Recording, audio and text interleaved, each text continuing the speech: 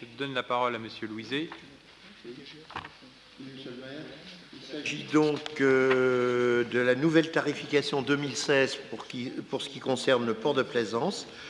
Donc, deux augmentations différenciées. Une première augmentation à 0,5% qui correspond à peu près à l'inflation et qui est appliquée sur l'ensemble des redevances annuelles de stationnement, les forfaits de stationnement, enfin, vous avez tout est marqué sur la délibération. Une deuxième tarification qui est la tarification à hauteur de 3% pour ce qui est des visiteurs. Alors, tout simplement, pourquoi cette augmentation de 3% différenciée?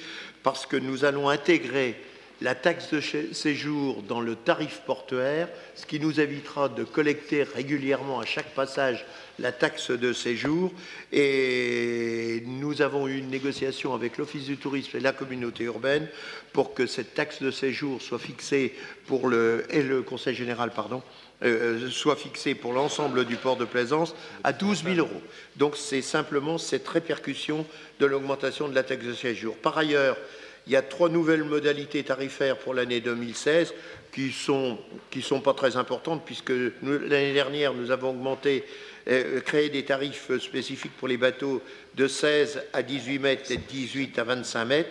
Donc là aussi, nous créons des tarifs de différencier les tarifs en fonction des longueurs de bateaux, comme le port le pratique, et ça pour les forfaits hiver.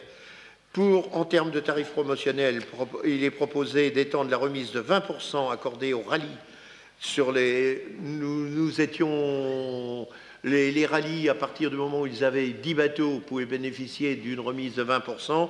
Nous passons maintenant à 5 bateaux parce qu'on se rend compte qu'il y a souvent des organisations de rallye entre 5 et 10 bateaux. Donc, pour pouvoir leur faire bénéficier de ce tarif et les inciter à venir dans le port de Cherbourg, nous mettons cette ristourne à partir de 5 bateaux. Et la dernière modification porte sur la mise à disposition gratuite du terre-plein qui était du 1er mars au 30 juin et qui sera maintenant du 1er janvier au 30 juin, tout simplement parce que nous avons beaucoup de demandes d'utilisation du terre-plein et pas suffisamment d'espace pour pouvoir le faire dans de bonnes conditions. Donc, on étend la zone de gratuité. Merci, Monsieur Louiset. Y a-t-il des demandes de précision? Donc, je soumets cette délibération aux voix. Qui vote contre? Qui s'abstient? Délibération adoptée à l'unanimité. On continue sur le port de plaisance, et même plus loin que le port de plaisance, puisqu'on parle de son extension et de la création d'un groupement de commande. Oui, absolument. Port de plaisance, création d'un groupement de commande pour une mission de conseil et d'assistance juridique pour l'extension du port Chantraine. Donc, ce qui vous est proposé, puisque nous réfléchissons depuis déjà un certain temps sur l'extension du port de plaisance. Une étude est en cours actuellement par PNA, que c'est une étude technique qui va nous permettre d'étendre le port de plaisance à hauteur de 500 places supplémentaires, des terre-pleins supplémentaires, des zones de travail supplémentaires et la possibilité de créer un port à sec de l'ordre de 200 places. Par délibération en date du 13 octobre 2014, ça c'est extrêmement important, le comité syndical de Port Normand Associés, autorité concédante, a pris en considération l'opération d'extension du port Chantraine et a mené depuis les études techniques et de faisabilité. Ainsi, l'opération est évaluée à 13 millions d'euros.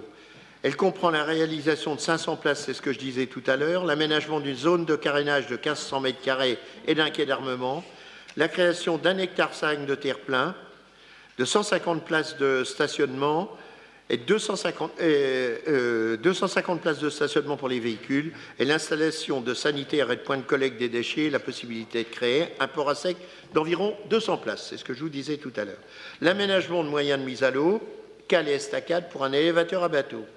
Le projet d'extension bénéficiera de la création actuellement en cours d'une zone d'activité d'1,6 hectare dont les travaux vont démarrer, je pense, la semaine prochaine, sur des terre-pleins qui appartenaient à la Marine nationale. Donc ça, c'est parti. Donc le projet d'extension sera mené avant l'échéance de la concession actuelle, puisque la concession actuelle va jusqu'en 2023. En conséquence, il convient de s'interroger sur les modalités de gestion du port étendu. Parmi celles-ci, la gestion au travers d'une société publique locale doit être étudiée. Donc c'est ce qui vous est proposé. Et dans la négociation, nous avons donc les 3 partenaires institutionnels sur le port de Plaisance, que ce soit PNA, le conseil départemental ou la ville de Cherbourg-Octeville, vont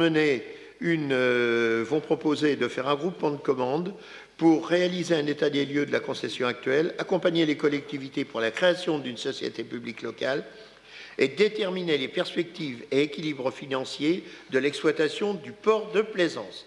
La ville de Cherbourg-Octeville sera mandataire coordinateur de ce groupement et nous vous invitons à autoriser cette délibération pour pouvoir lancer cette opération d'une façon très administrative. C'est bien. Pas de... Comment ? C'est dommage parce que PNA a déjà délibéré dans ce sens. Il y a beaucoup de monde qui a délibéré dans ce sens. Donc, mais attention, elle n'est pas partie, cette étude. Hein. Non, on attend cette délibération de ce soir. Donc avec impatience, d'ailleurs. Avec impatience. Bon, ok. Qui vote contre? Qui s'abstient?